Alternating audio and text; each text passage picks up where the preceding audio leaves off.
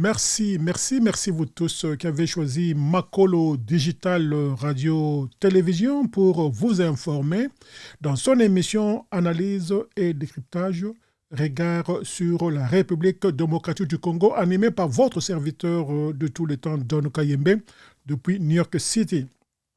Aujourd'hui, nous avons un thème très intéressant. 3 présidents, une dette. Comment la République démocratique du Congo s'est réendettée après l'effacement de toute sa dette en 2010. Nous allons vous amener dans une plongée de 40 ans de gestion de la dette extérieure du Zaïre de Mobutu à la République démocratique du Congo de Félix Antoine Tshisekedi. Analyse des choix politiques, des occasions manquées et des risques actuels de surendettement. Aujourd'hui, nous ouvrons un nouveau chapitre intitulé « 3 présidents, une dette ». Comment la République démocratique du Congo s'est réendettée après l'effacement de toute sa dette en 2010. Nous développerons 2 points dans cette émission, à savoir 1. La grande crise économique du Zaïre quand tout a basculé. Et au deuxième point, nous allons parler effectivement de 3 présidents, une dette, 3 visions, 3 époques. Pour commencer, j'aimerais vous donner une historique. Bienvenue encore une fois de plus dans Regard sur la République démocratique du Congo, l'émission qui explore l'histoire, les dynamiques contemporaines de la République démocratique du Congo. Aujourd'hui, nous vous proposons une plongée dans un sujet aussi technique que politique, la dette extérieure congolaise. Comment un pays qui a vu plus de 10 milliards de dollars de dettes annulées en 2010 se retrouve aujourd'hui avec 16 milliards de dettes extérieures en 2025? Point 1. La grande crise économique du Zaïre, quand tout a basculé. Nous avons pris tout le temps pour comprendre l'histoire, les défis et les espoirs de la République démocratique du Congo, alors Zaïre. Aujourd'hui, donc, je vous amènerai dans les coulisses d'un effondrement économique silencieux, mais profond, celui du Zaïre entre 1973 et 1997. Une crise de plus de 20 ans qui a transformé un pays riche en ressources en un géant aux pieds d'argile. Mais alors, qu'est-ce qui a provoqué cette crise? Comment un État si prometteur a-t-il sombré dans la faillite? Nous vous racontons tout ici et maintenant. On est en 1973, à la tête du pays, le maréchal Mobutu Sese Seko Kukumwendo Ozabanga, figure centrale d'un régime autoritaire solidement installé depuis bientôt 10 ans. Je vous rappelle qu'il avait pris le pouvoir par coup d'État en 1965.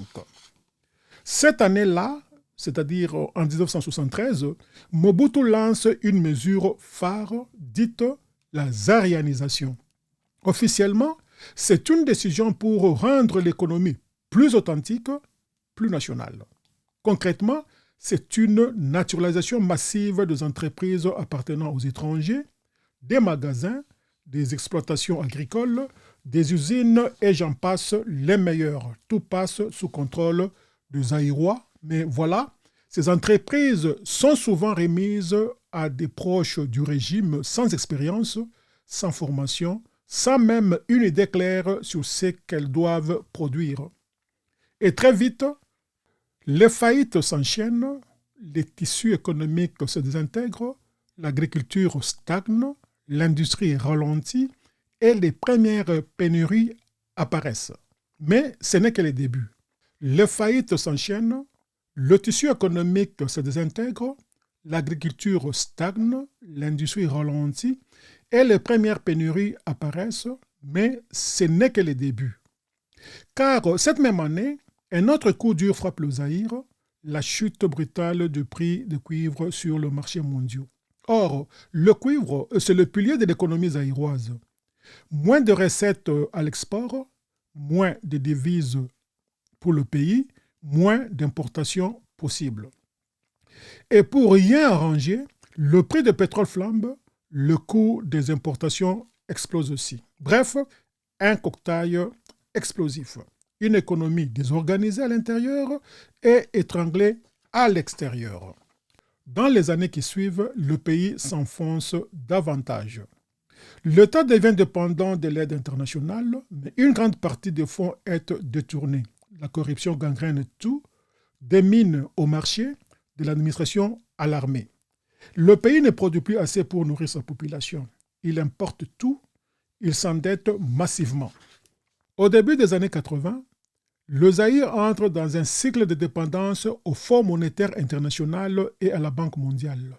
En échange de prêts, le régime accepte des plans d'ajustement structurel, c'est-à-dire réduction des dépenses publiques, privatisation des entreprises et la libéralisation de l'économie. Sur le papier, ça peut sembler logique, mais sur terrain, c'est une saignée totale. Les services sociaux sont démantelés, les fonctionnaires ne sont plus payés, l'inflation explose. Écoutez bien ce chiffre. En 1994, l'inflation au Zaïre atteint 9800%. Oui, vous avez bien entendu, 9800%, une économie en chute libre, une monnaie qui ne vaut presque plus rien. Pendant ce temps, les élites continuent de vivre confortablement. Le fossé entre la population et les cercles du pouvoir se creuse davantage. Les infrastructures se dégradent, les routes deviennent de plus en plus impraticables, les écoles ferment, les hôpitaux manquent de tout.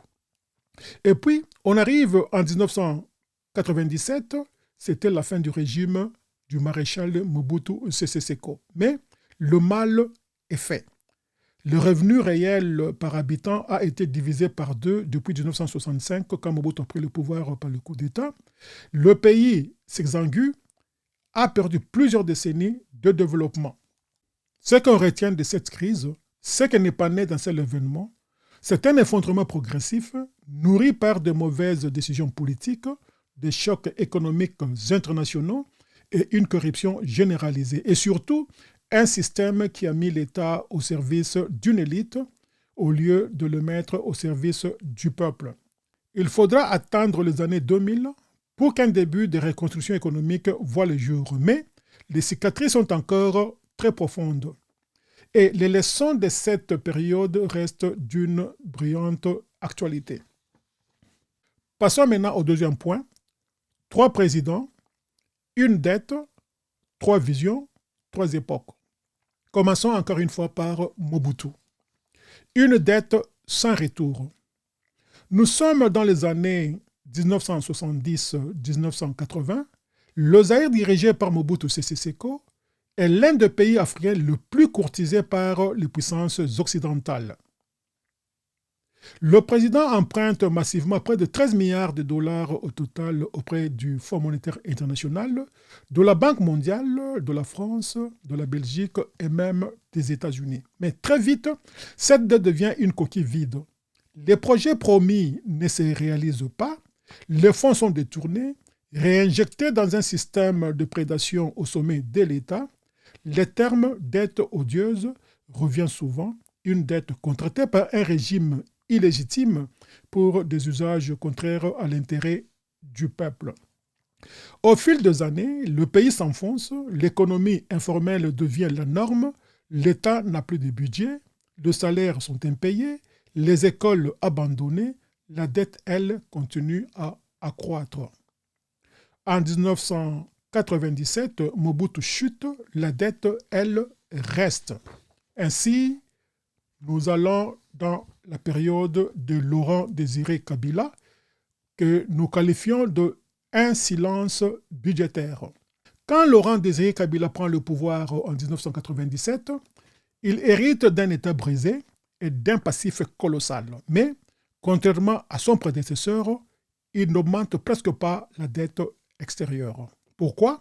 Tout simplement parce que la RDC est en guerre, parce qu'elle est isolée et surtout parce que les bailleurs de fonds ne font pas confiance à ce nouveau pouvoir militaire venu de l'Est.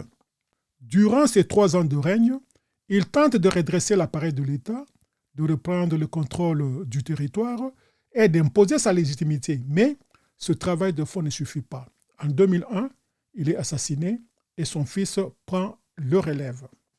Ainsi, nous passons au troisième président, c'est Joseph Kabila.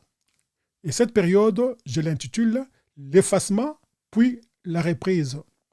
Effacement de dette, voulais-je dire, et la reprise d'endettement. Joseph Kabila, à la tête du pays pendant 18 ans, prend une toute autre direction. Il rétablit les relations avec les institutions financières internationales et en 2010, la République démocratique du Congo entre officiellement dans l'initiative PPTE, c'est-à-dire Pays pauvres très endettés.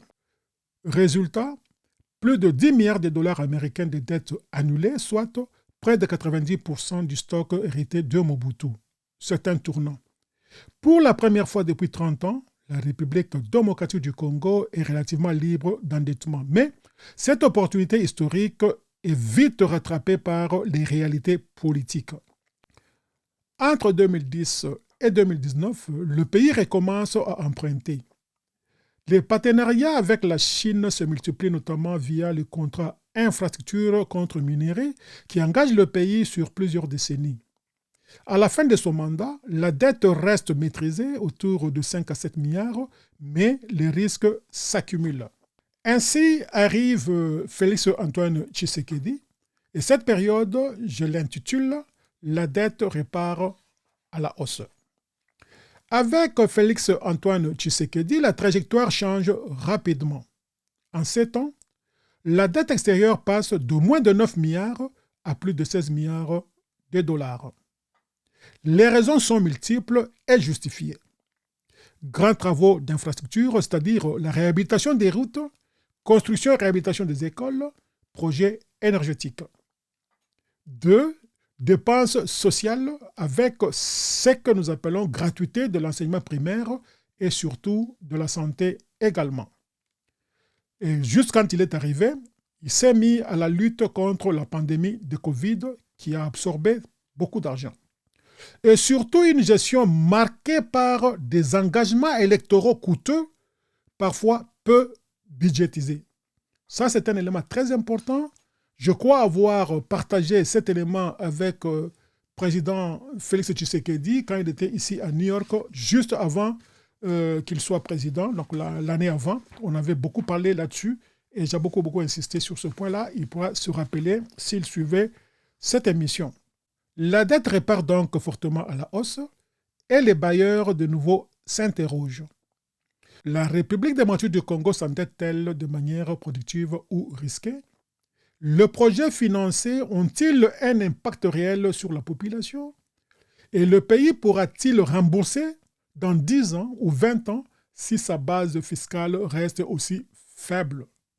Avant de chuter, après avoir fait cette analyse, nous voulons maintenant voir les enjeux et surtout, qu'est-ce qui peut se faire. Alors, nous parlerons des enjeux et perspectives.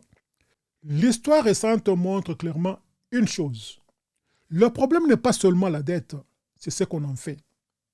Lorsque la dette finance des détournements, des salaires fictifs, de contrats opaques, elle appauvrit le pays. Mais lorsqu'elle est utilisée à bon escient pour construire, éduquer, produire, elle peut changer toute une nation. Vous venez donc d'écouter l'analyse et décryptage regard sur la République démocratique du Congo de votre serviteur Don Kayembe sur Makolo Digital Radio Télévision depuis New York City. Une émission pour penser l'histoire, l'économie et la politique congolaise autrement. Rendez-vous donc au prochain numéro et d'ici là, restons vigilants, informés et engagés. Merci de nous avoir écoutés.